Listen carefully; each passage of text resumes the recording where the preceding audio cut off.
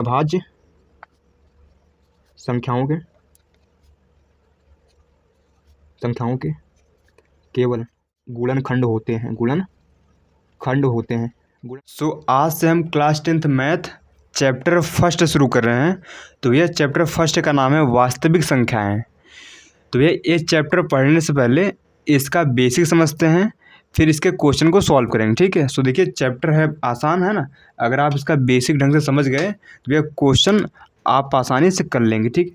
सो देखिए इसके बेसिक में पढ़ना क्या भैया सर, इसके बेसिक में पढ़ना है सबसे पहले संख्याओं के बारे में। ठीक है, किसके बारे में पढ़ना है, संख्याओं के बारे में, है ना।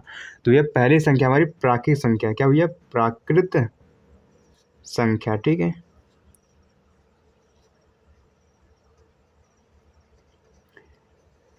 देखिए इसको बोलते हैं नेचुरल नंबर। क्या बोलते हैं इसको, नेचुरल नंबर। लिखते हैं इसको एन से। किससे लिखते हैं, इसको एन से लिखते हैं। ठीक है सर, ठीक है सर। ये होती कहाँ से कहाँ तक, देखिए जो हमारी प्राकृत संख्या होती हैं वो भैया एक से शुरू होती है। कहाँ शुरू होती है, एक से शुरू होकर, है ना, एक से शुरू होकर अनंत तक जाती है। ठीक है, जो है प्राकृत संख्या होती हैं एक से शुरू होकर अनंत तक जाती हैं। तो कोई पूछेगा भैया प्राकृत संख्या क्या होती है, तो आप कहेंगे वे सभी संख्या जो एक से शुरू होकर अनंत तक जाती है उन्हें बोलते हैं प्राकृत संख्या। कोई बोले 10 कैसी संख्या है, आप बोलेंगे प्राकृत संख्या है। कोई बोलेगा 192 कैसी संख्या है, तो आप बोलेंगे प्राकृत संख्या है। ठीक है सो, ठीक है, इतना क्लियर है ना। तो प्राकृत संख्या किसे कहते हैं भैया, जो संख्याएं एक से शुरू होकर अनंत तक जाती है उन्हें क्या बोलते हैं, प्राकृत संख्या है। ठीक है सर, ठीक है। देखिए अगला भैया हमारा, ठीक है, पूर्ण संख्या है। क्या भैया सर, पूर्ण संख्या, है ना, पूर्ण संख्या। देखिए पूर्ण संख्या को बोलते हैं भैया होल नंबर। क्या बोलते हैं, होल नंबर। ठीक है, इसको लिखते हैं डब्ल्यू से। ठीक है सर, ठीक है, समझिए। तो पूर्ण संख्या क्या होती है भैया, देखिए जो हमारे प्राकृत संख्या होती है वो एक से शुरू होकर अनंत तक जाती है, लेकिन जो पूर्ण संख्या होती है ना वो जीरो शुरू होती है। कहाँ शुरू होती है, जीरो से। जीरो शुरू होती है और अनंत तक जाती है। ठीक है, 0 1 2 3 4, ठीक है, सब गिनते रहिए। ठीक है ना, ये सभी क्या कहलाएंगी भैया, ये सभी कहलाएंगी पूर्ण संख्या। देखिए जीरो कमी थी, जीरो आते ही पूर्ण हो गया, इसलिए इसे बोलते हैं पूर्ण संख्या। ठीक है, तो इतनी आप समझ गए सर, बिल्कुल समझ गए। ठीक है, अब आते हैं हम पूर्णांक पर। किस बात है भैया, पूर्णांक पर। ठीक है, पूर्णांक, पूर्णांक को बोलते हैं इंटीजर और लिखते हैं जेड से। ठीक है, बोलते हैं इंटीजर है पर लिखते हैं जेड से। ठीक है सर, ठीक है। अब ये जेड क्या होती है सर, जेड होती है माइनस अनंत से प्लस अनंत तक की संख्या को क्या बोलते हैं भैया, पूर्णांक बोलते हैं। इसे समझिए, ये क्या होती है, माइनस अनंत से। ठीक है, माइनस अनंत से। ठीक है, जैसे -3 लिखा है, -2 लिखा है, -1 लिखा है, 0 1 2 3 4। ठीक है, ऐसे ही चल रही। ठीक है ना, इधर सभी माइनस का आएंगी, उधर सभी प्लस के आएंगे। ठीक है सर, ठीक है, समझ रहे हैं आप। ये जीरो के इधर सभी माइनस के आती हैं, जीरो को इधर सभी आती हैं प्लस की। ठीक है सर, ठीक है। इसलिए भैया जीरो के इधर वाली संख्या को बोला जाता है भैया क्या, इनको बोला जाता है धनात्मक पूर्णांक। क्या बोलते हैं इसको, इनको बोलते हैं धनात्मक पूर्णांक। धनात्मक पूर्णांक। सर धनात्मक क्यों बोला गया ना, तो ये धन है। ठीक है, यानी ये प्लस वाली है। ठीक है सर, ठीक है। तो कोई पूछे भैया धनात्मक पूर्णांक क्या भैया, तो भैया एक से लेकर इधर अनंत तक की सभी संख्या क्या होती हैं, धनात्मक पूर्णांक होती हैं। इतनी बात क्लियर कहा सर, ठीक है ना। देखिए एक था यहाँ पर, ध्यान दीजिए। और ये जीरो के इधर सभी क्या होती है, ऋणात्मक पूर्णांक होते हैं। क्या होते हैं, ऋणात्मक, मतलब निगेटिव है। ठीक है, इधर वाले से होते हैं ऋणात्मक पूर्णांक। ठीक है सर, ठीक है। जीरो के इधर सभी धनात्मक पूर्णांक, जीरो के इधर सभी ऋणात्मक पूर्णांक। ठीक है, अगर चैप्टर में कहीं पर धनात्मक पूर्णांक की बात आ रही है तो आपको तुरंत याद आना चाहिए। ठीक है, कि जीरो की इधर वाली सभी क्या होती हैं, सब धनात्मक पूर्णांक होती हैं, जीरो की इधर वाली क्या होती हैं, ऋणात्मक। ठीक है, देखिए जो जीरो होता है ना, ये ना तो धन होता है ना ऋण होता है। ठीक है भैया, 0 0 होता है। ठीक है, ये 0 0 होता है, इतना तो धन होता है ना ही ऋण होता है। ठीक है, ना ये -0 होता है ना ही +0। ठीक है, जीरो खाली जीरो होता है। ठीक है, जीरो ना तो माइनस का होता ना ही भैया प्लस का होता है। इतनी बात क्लियर है क्या सर, ठीक है। अब थोड़ा आगे बढ़ते हैं। ठीक है, अब देखिए आते हैं भैया परिमेय संख्या, किस पे आते हैं भैया, परिमेय संख्या, ठीक है, परिमेय संख्या, ठीक है। परिमेय संख्या को लिखते हैं, ठीक है, क्यों से, ध्यान दीजिए, परिमेय संख्या किसे लिखते हैं भैया, क्यों से, है ना। अब परिमेय संख्या क्या होती है भैया, सब परिमेय संख्या क्या होती है, वे सभी संख्याएं जिन्हें बटे के रूप में लिखा जा सकता है उन्हें बोलते हैं परिमेय संख्या, नहीं समझ, वे सभी संख्या जिसे बटे के फॉर्म, बटे यानी जिसे हम p बटे q के रूप में लिख सकते हैं, ठीक है सर, ठीक है। जहाँ देखिए p व q, ठीक है, p व q, है ना, ध्यान दीजिए, p व q क्या होने चाहिए भैया, p और q पूर्णांक हैं, क्या भैया, पूर्णांक हैं, ठीक है, पूर्णांक हैं, तथा q नॉट इक्वल टू 0। तो कोई पूछेगा भैया परिमेय संख्या क्या है, तो आप कहेंगे वे सभी संख्या जिसे बटे के फॉर्म में लिख सकें, जहाँ, ठीक है, दोनों पूर्णांक होने चाहिए और नीचे वाला 0 नहीं होना चाहिए। सर समझ नहीं आया, समझिए सर, ये पी और क्यू क्या है भैया, पी और क्यू मतलब समझिए, एग्जाम्पल दे देना समझाएगा, ठीक है। तो इसलिए यहाँ पर 1/2, ठीक है, तो इस ऊपर वालों को बोला गया पी, नीचे वाले क्यू, ठीक है, मतलब एक फॉर्मेट होता है लिखने का, ठीक है, मतलब बटा के फॉर्म में लिखने का फॉर्मेट है, ठीक है, p बटा क्यू, है ना। तो जैसे लिखा है 1/2, क्या है, परिमेय संख्या है। तो देखिए पहली बात बटा में है सर, बटा में है, पहली कंडीशन पूरी हो गई, ठीक है। दूसरी बात देखिए p और क्यों पूर्णांक है, एक पूर्णांक है सर, सर एक बिल्कुल पूर्णांक है, ठीक, क्योंकि पूर्णांक में आता है एक, है ना। दो पूर्णांक भी है सर, दो भी पूर्णांक है। देखिए पहला काम क्या था सर, बटे में है सर, बटे में है। दूसरा p और क्यों पूर्णांक है सर, p और क्यों पूर्णांक है, ठीक है। तीसरा देखिए क्या बटे में 0 है सर, बटे में 0 नहीं है, अतः ये एक परिमेय संख्या है। कुछ पल्ले पड़ा सर, बिल्कुल। आगे देखिए, चलिए क्या -3/2 क्या है, परिमेय संख्या है। तो भैया हमें क्या याद आना चाहिए भैया, डेफिनेशन। देखिए पहली कथा थी इसमें कि जो ये संख्या है बटे में होना चाहिए, तो देखिए -3/2 ये सब बटे में तो है, ठीक है सर, ठीक है। दूसरी बात p और q पूर्णांक होने चाहिए। देखिए p कितना है, -3, -3 पूर्णांक होता है सर, बिल्कुल, क्योंकि -3 आता है ना पूर्णांक में, ठीक है सर, -3 पूर्णांक है। दो पूर्णांक है भैया सर, दो भी पूर्णांक है सर, दूसरी कंडीशन पूरी हो गई, ठीक है। तीसरी कंडीशन क्या है कि नीचे 0 नहीं होना चाहिए। देखिए नीचे 0 थोड़ी नहीं है, अतः परिमेय संख्या है। तो इतना आप समझिए अच्छे से, ठीक है, ये समझिए। लिखा यहाँ पर इसे लिखा 5, बोलिए 5 परिमेय संख्या है। कहोगे सर ये बट्टे में तो ही नहीं है, नहीं भैया ये भी परिमेय संख्या का, कैसे, देखिए क्योंकि बट्टे में भैया तो एक तो छुपा ही रहता है ना हमेशा, ये भैया बचपन कहानी है ना, बट्टे में हमेशा एक रहता है। तो इस हिसाब से भी देखिए 5/1 बटे के फॉर्म में हो गया, बटे के फॉर्म में हो गया।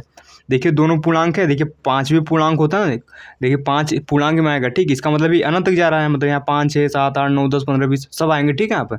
तो 5 क्या है, एक पूर्णांक है, एक पूर्णांक है सर, एक भी पूर्णांक है, अतः भैया क्या है, एक परिमेय संख्या है। तो इतनी कहानी क्लियर है क्या सर, तो इतनी कहानी क्लियर हो गई होगी आपको, ठीक है। इसे लिखा -3 क्या है, परिमेय संख्या है। कहोगे सर बिल्कुल, बटे में तो एक रहता है सर, बिल्कुल रहता है।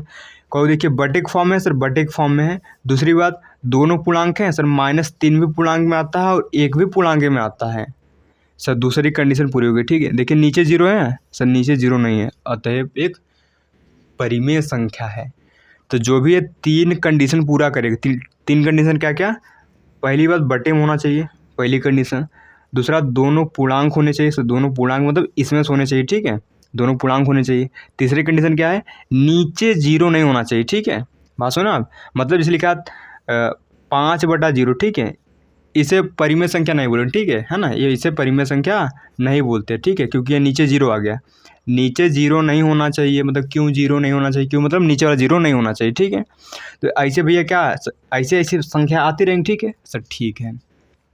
तो आपके मन में एक ख्याल आना चाहिए, ठीक है, जैसे लिखा है हमारी प्राकृत संख्या, ठीक है, हमारी क्या लिखी है, प्राकृत संख्या है। कहो भैया इनके भी बटे में तो हम एक कर सकते हैं ना। देखिए जो लिखा है 1, 2, 3, 4 है ना, ऐसे चल रहा है, ठीक है, ये हमारी होगी नेचुरल नंबर, ठीक है। तो इनके बटे में तो हम एक लिख सकते हैं ना भैया। कहो सर बिल्कुल लिख सकते हैं। तो इसका मतलब क्या हुआ कि सभी प्राकृत संख्याएं परिमेय संख्या होती है सर, बिल्कुल होती है ना। जो सभी प्राकृत संख्याएं होती हैं वो परिमेय संख्या ही होती हैं। क्यों भैया, क्योंकि बटे के फॉर्म में लिख सकते हैं, इसलिए परिमेय संख्या हो गई। इतनी कहानी क्लियर का सर, बिल्कुल। फिर कहो भैया उस हिसाब से जो हमारी ये पूर्ण संख्या है भैया, जो है पूर्ण संख्या 0 1 2 3 4 है ना, ये भी हमारी परिमेय संख्या हो गई सर। बिल्कुल, क्यों भैया, नीचे 1 लिख सकते हैं सर, बिल्कुल है ना, ध्यान दीजिए। तो ये परिमेय संख्या हो गई, क्यों, देखिए पहला देखिए 0/1 बटे के फॉर्म में सर, बिल्कुल। पी और क्यू पूर्णांक है, दोनों पूर्णांक है। 0 पूर्णांक है सर, बिल्कुल पूर्णांक है, ठीक है। 1 पूर्णांक है सर, बिल्कुल पूर्णांक है, यानी 0/1 परिमेय संख्या है। उसी प्रकार ये सभी परिमेय संख्या हो गई, ठीक है ना। तो आशा करते हैं समझ में आ रहा होगा, ठीक है सर, ठीक है।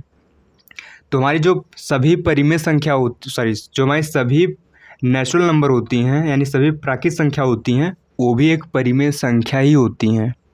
उसी प्रकार जो सभी पूर्ण संख्याएं होती हैं, वो भी हमारी भैया क्या होती हैं, एक परिमेय संख्याएं ही होती हैं। इतनी कहानी क्लियर का, ठीक है।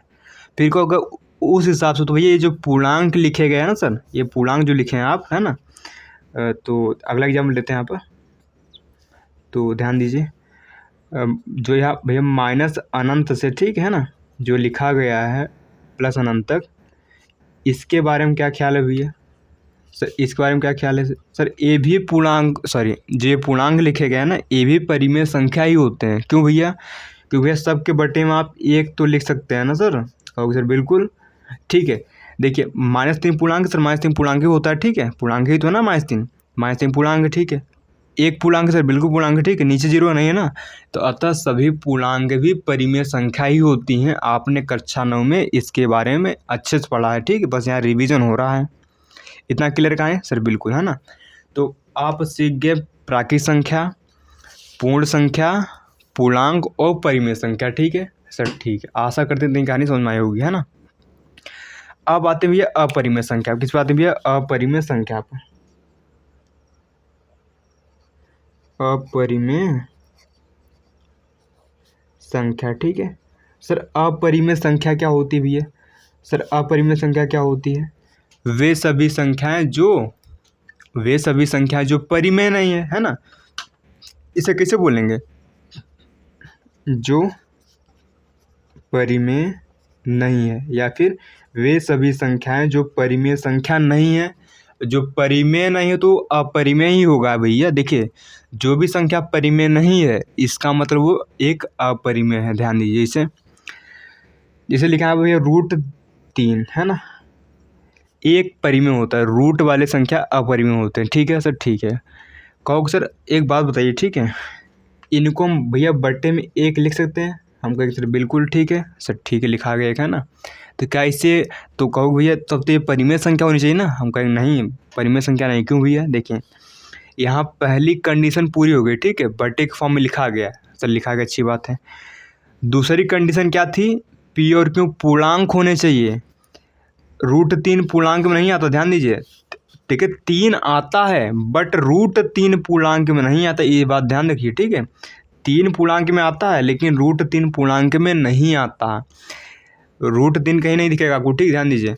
तो यहाँ पर देखिए, पहली कंडीशन पूरा है, बटे के फॉर्म में है, लेकिन जो यहाँ √3 है पूर्णांक नहीं है, इसलिए ये अपरिमेय संख्या है। इतनी कहानी क्लियर का सर? बिल्कुल, ठीक है। लिखा है √2, ये भी क्या है? एक अपरिमेय संख्या है। लिखा है √5, ये भी क्या है? एक परिमेय संख्या, सॉरी, अपरिमेय संख्या, ठीक है। लिखा है √6, ये भी क्या है? एक अपरिमेय संख्या। अच्छा बताइए √4 क्या है?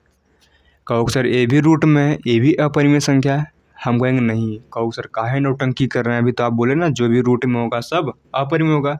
नहीं, सभी रूट वाले अपरिमेय नहीं होते। क्यों? यार √4 से बाहर क्या आता भी है सर? √4 से बाहर 2 आता है ना। अब 2 तुम्हारा एक परिमेय संख्या है ना, ये क्या है? एक परिमेय संख्या है। ध्यान दीजिए, जिनका रूट निकल जाए परिमेय हो जाते हैं। ध्यान दीजिए, इसे लिखा है √9, √9 से बाहर ये 3 आता है, ये क्या भी है सर? ये परिमेय है। क्या है?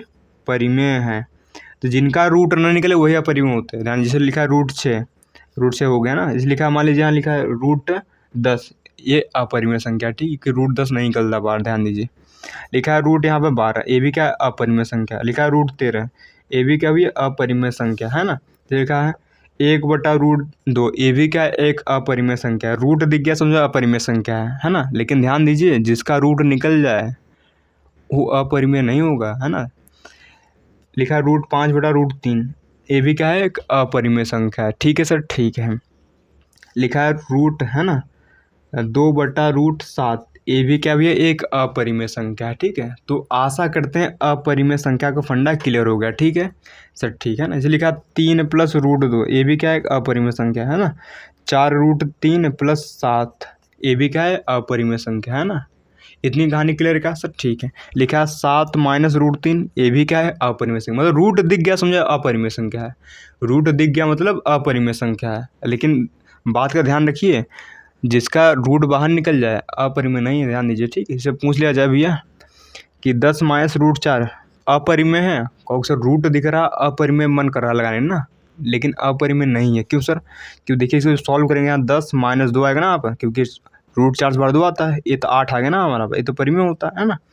अतः हम कह सकते हैं ये अपरिमेय नहीं परिमेय है भैया, ध्यान दीजिए इस बात को, है ना। तो क्वेश्चन से घुमा घुमा पूछ लेगा। ठीक है, तो आशा करते हैं अपरिमेय संख्या का फंडा क्लियर हो गया। ठीक है, तो इतनी कथा आशा करते हैं समझ में आया होगा। ठीक है, सो देखिए अब थोड़ा आगे बढ़ते हैं। ठीक है, थोड़ा भाज्य और अभाज्य संख्याओं के बारे में। ठीक है, देखते हैं क्या होता है ना। तो भैया अब आते हैं भाज्य और अभाज्य पे। ठीक है, समझिए, है ना। तो भैया पेज बदलते हैं इसको, है ना।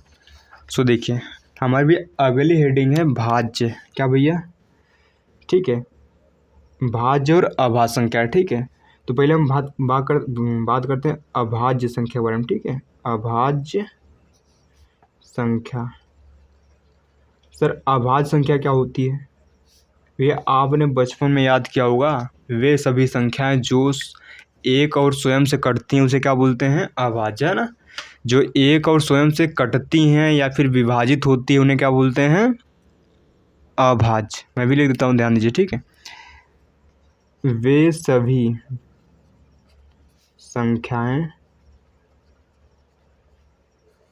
जो एक व स्वयं से विभाजित मतलब कटती हैं। ठीक है, विभाजित होती हैं उन्हें बोला जाता है अभाज्य संख्या। ठीक है, वे सभी संख्या जो एक और स्वयं से कटती हैं उन्हें क्या बोलते हैं?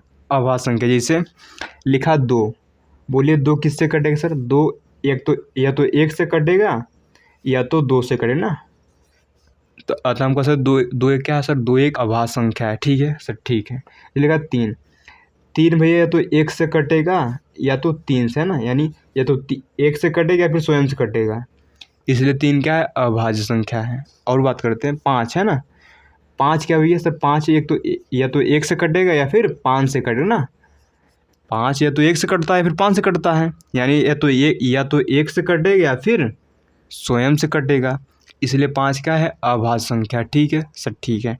बात करते हैं 7 से। ठीक है, 7 क्या है ना, 7 या तो 1 से कटेगा या फिर स्वयं से कटेगा। ठीक है, यानी 7 या तो 1 से कटेगा या फिर 7 से कटेगा। अतः हम कह सकते हैं 7 क्या है? एक अभाज्य संख्या। ठीक है सर, ठीक है। तो हम कह सकते हैं वे सभी संख्याएं जो एक व स्वयं से कटती हैं या विभाजित होती हैं उन्हें बोला जाता है अभाज्य संख्या। ठीक है, इसको एक तरह से और लिखते हैं। ठीक, ध्यान दीजिए ना, इसको एक तरह से और लिखते हैं। ठीक, मैं इसको नोट करवा रहा हूँ ना, 10 में ज़्यादातर वही काम देगा। तो वही चीज़ है, बस घुमा के लिखा जाएगा। ठीक है, तो हम लिख सकते हैं यहाँ पर अभाज्य संख्याओं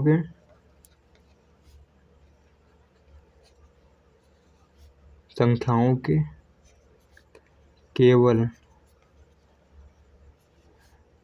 2 गुणनखंड होते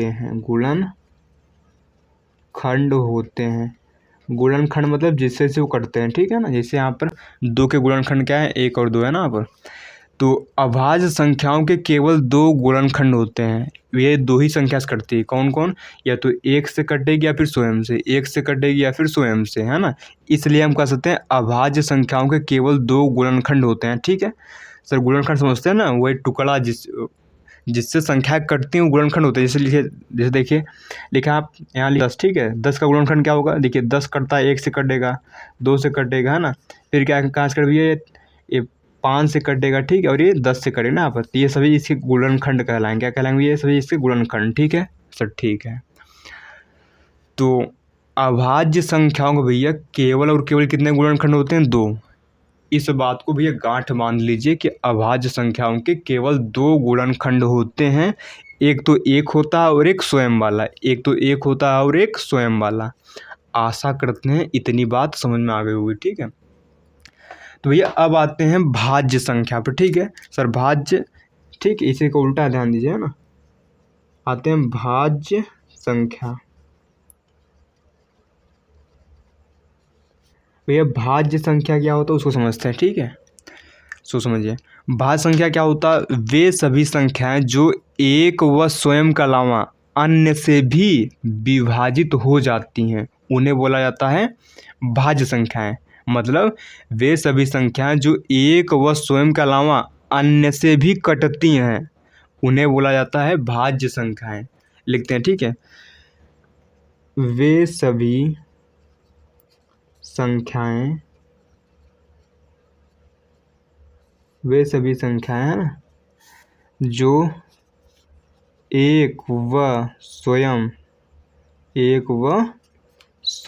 के अलावा बोल लीजिए, अतिरिक्त बोल लीजिए बात एक, ठीक, अलावा अन्य संख्याओं से विभाजित होती हैं। वे सभी संख्याएं जो एक व स्वयं के अलावा अन्य संख्याओं से भी विभाजित होती हैं, यानी अन्य संख्याओं से भी कटती हैं, उन्हें बोलते भैया भाज्य संख्याएं, ठीक है सर, ठीक। जैसे एग्जाम्पल तौर पर यहाँ लिखा है 4, ठीक है।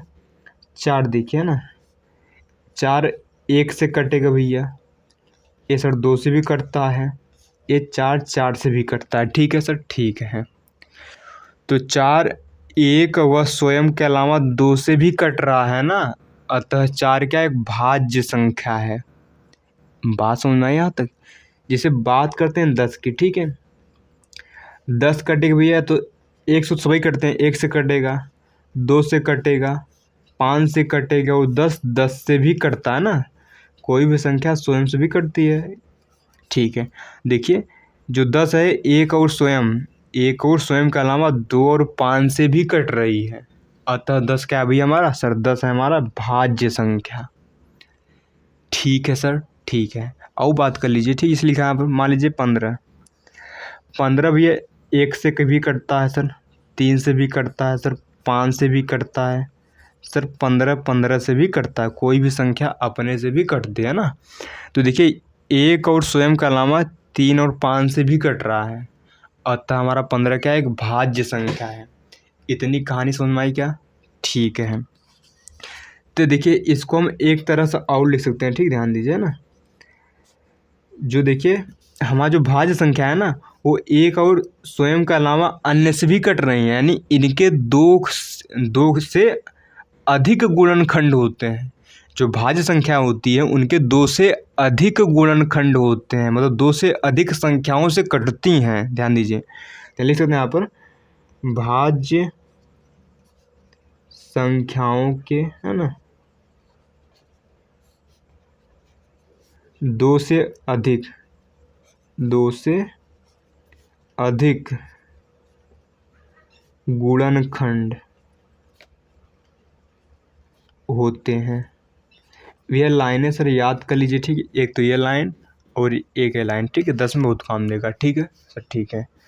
तो आशा करते हैं भाज्य और अभाज्य का फंडा क्लियर हो गया होगा, ठीक है सर, ठीक है। तो अब ठीक है, थोड़ी और बातें कर लेते हैं, ठीक है। सम और विषम संख्या, ठीक, ध्यान दीजिए, सम और विषम, ठीक है। इतनी कहानी समझ में आई क्या? ठीक, ठीक है। अब देखिए आते हैं सम संख्या पर, ठीक है। सम संख्या देखिए बच्चों वाला सम संख्या, ठीक है, आपने, ठीक है, छोटी क्लास पढ़ा होगा। छोटी क्लास यानी दो में है, हाँ, 2 3 4 5 इन सब में रहता है, ठीक। सम संख्या, यह सम संख्या क्या होता है सर? सम संख्या क्या होता है? ध्यान दीजिए, वे सभी संख्या जो 2 से कट जाती है उन्हें क्या बोलते हैं? सम संख्या, ठीक, यानी 2 से विभाज्य सर विभाज्य लिखिए, 2 से विभाज्य संख्याओं को सम संख्या कहते हैं। क्या कहते हैं? सम संख्या कहते हैं। मतलब जो संख्या 2 से कट रहे हैं उन्हें क्या बोलेंगे भैया? सम संख्या बोलेंगे। ठीक है, एग्जाम्पल तौर पर जैसे 2 एक क्या है सर? सम संख्या है। 4 एक सम संख्या, क्यों? 4 2 से कटता है ना। 6 सम संख्या, क्यों? 6 2 से कट जाता है ना, 2 3 6। 8 सर 2 से कटता है सम संख्या। 10 सर कटता है, 12 कटता है, 14 कटता है। ठीक है, ऐसे है ना, बहुत होती है। ठीक है ना, क्लियर है यहाँ पर? मतलब जो संख्या 2 से कट रही है उसे क्या बोलेंगे भैया हम? बोलिए सम संख्या। इतना क्लियर है यहाँ पर? ठीक है। देखिए कभी कोई क्वेश्चन पूछता है ना, कभी क्वेश्चन क्या पूछता है कि सम अभाज्य संख्या किसे कहते हैं? क्या बोलते हैं भैया? सम अभाज्य। क्वेश्चन क्या रहेगा यहाँ पर? देखिए क्वेश्चन ये पूछ सकता है, ठीक है, आपसे ना। क्वेश्चन क्या पूछता है कभी कभी? सम अभाज्य संख्या किसे कहते हैं? ठीक है, किसे कहते हैं ना, मतलब वह संख्या बताइए जो सम भी है और अभाज्य भी है। मतलब जो 2 से कट भी रही है और अभाज्य है। तो इसका भैया आंसर क्या होगा? सर इसका आंसर होगा भैया यहाँ पर, बोलिए सर। इसका आंसर होगा 2। सर 2 का है, देखिए 2 एक सम संख्या, क्यों? 2 2 से कट रही, इसलिए सम संख्या है। अभाज्य भैया क्यों सर?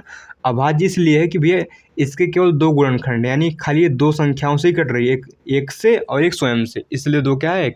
सर 2 एक सम अभाज्य संख्या है। सम क्यों है भैया? 2 से कट रही है। अभाज्य क्यों भैया? अभाज्य इसलिए क्योंकि एक और स्वयं से कट रही है ना। यहाँ पर अभाज्य संख्या भी आपने क्या देखा? वे सभी संख्या जो एक और स्वयं से विभाजित होती हैं, एक और स्वयं से विभाजित होती या कटती हैं, उन्हें क्या बोला जाता है भैया? उन्हें बोला जाता है अभाज्य संख्या। ठीक है, तो आशा करते हैं, ठीक है, इस सम अभाज्य, देखिए इसको भैया इंपॉर्टेंट है, ये सभी पूछते रहते हैं। ठीक है, सम अभाज्य संख्या बताओ। ये 2 होती है ना, 2 क्यों? ये 2 सम भी है, अभाज्य भी है, इसे बोला जाता है सम अभाज्य संख्या। ठीक है, ठीक है सर, है ना। तो यहाँ तक क्लियर हो गया सर? सर ठीक है, अब आती है विषम संख्या। किस पर भैया? सर विषम संख्या। ठीक है, तो समझते हैं विषम संख्या। ठीक है, विषम संख्या। सर विषम संख्या किसे बोलते हैं? ठीक है, समझिए पहले तो भैया विषम संख्या क्या होती है भैया? सर विषम संख्या क्या होती है? सर विषम संख्या वो होती है जो 2 से नहीं कटती है ना, जो सम नहीं, वो विषम संख्या। ध्यान दीजिए, इसे लिख देंगे यहाँ पर। ठीक है, जो संख्या ना जो 2 से विभाजित है ना हो, उसे बोलते हैं विषम संख्या। ठीक है, जो 2 से ना काटे उसे बोलते हैं विषम संख्या। ठीक समझिए, इस एग्जाम्पल तौर पर जो 1 होता ना सर, वो भी विषम संख्या होता। ध्यान दीजिए, ठीक है।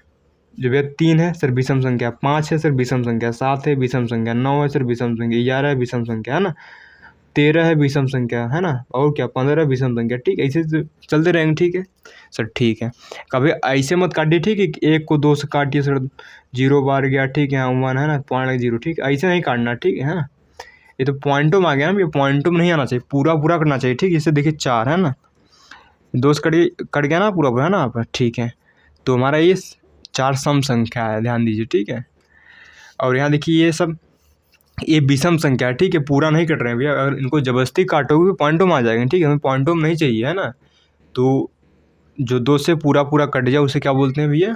सम संख्या। जो 2 से ना कटे विषम संख्या। ठीक है सर, ठीक है। तो आज की वीडियो में यहीं तक रखते हैं। ठीक है, आशा करते हैं इतनी, है ना, इतनी संख्या आपको समझ में आई होंगी। ठीक है, तो अगर ये सब आपको अच्छे से आएगा, ठीक है, अगर ये सब आपको अच्छे से आ रहा है, जो बुक का जब क्वेश्चन हम लोग करेंगे, ठीक है, तो आपको बहुत ही आसान लगने वाले हैं। ठीक है सर, ठीक है। तो भैया लगे हाथ एक चीज़ और सीख लेते हैं। ठीक है, जो कि हमारे, है ना, एक्सरसाइज में है। ठीक है, वो काम देगी, है ना, पहले उसको अभी सीख लेते हैं, ताकि जब बुक में करेंगे सर आसान लगेगा। ठीक है, तो उसको बोलते हैं भैया अभाज्य गुणनखंड। क्या बोलते हैं भैया सर? अभाज्य। सर लिखिए यहाँ पर अभाज्य गुणनखंड। गुणनखंड सर ये क्या है? ध्यान समझिए, ठीक है। अभाज्य गुणनखंड किसे कहते हैं?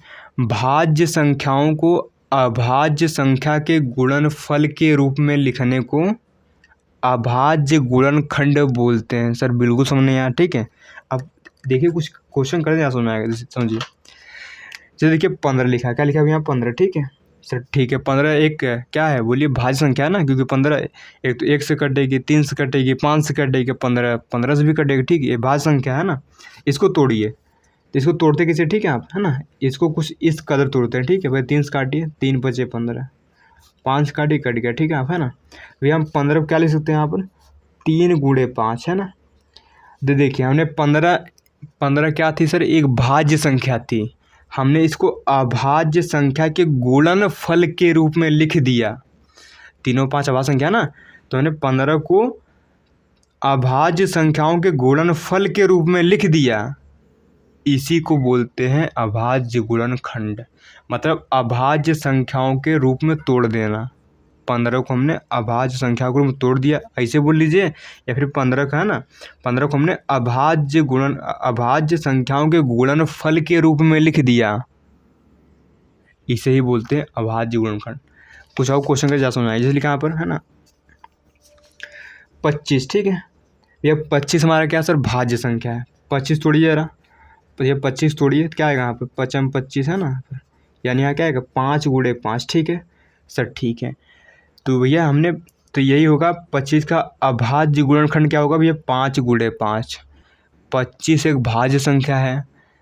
इस 25 भाज्य संख्या है, हमने भाज्य संख्या को अभाज्य संख्या के गुणनफल के रूप में लिख दिया, और यही कथा कहलाती है अभाज्य गुणनखंड।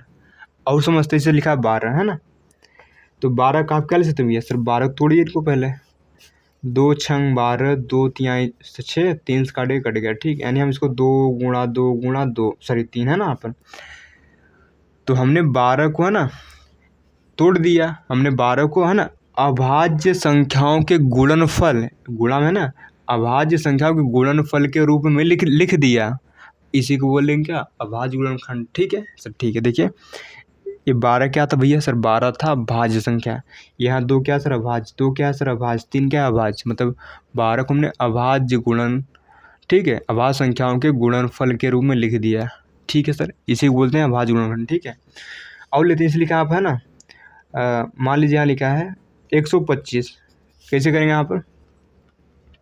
125 तोड़ लीजिए, ठीक है। आप 125 तोड़ेंगे यहाँ पर, तो लास्ट में 5 है, 5 से कटेगा, 5 गुना 10, 2 उधर गया, 5 25, 5 से काटिए, 5 बढ़ जाएगा, 5 काटिए, कट गया।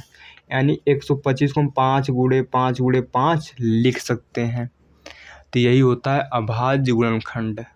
यानी भाज्य संख्याओं को अभाज्य संख्याओं के गुणनफल के रूप में लिखने को अभाज्य गुणनखंड बोलते हैं। आशा करते हैं अभाज्य गुणनखंड का फंडा समझ में आ चुका होगा आपको, है ना।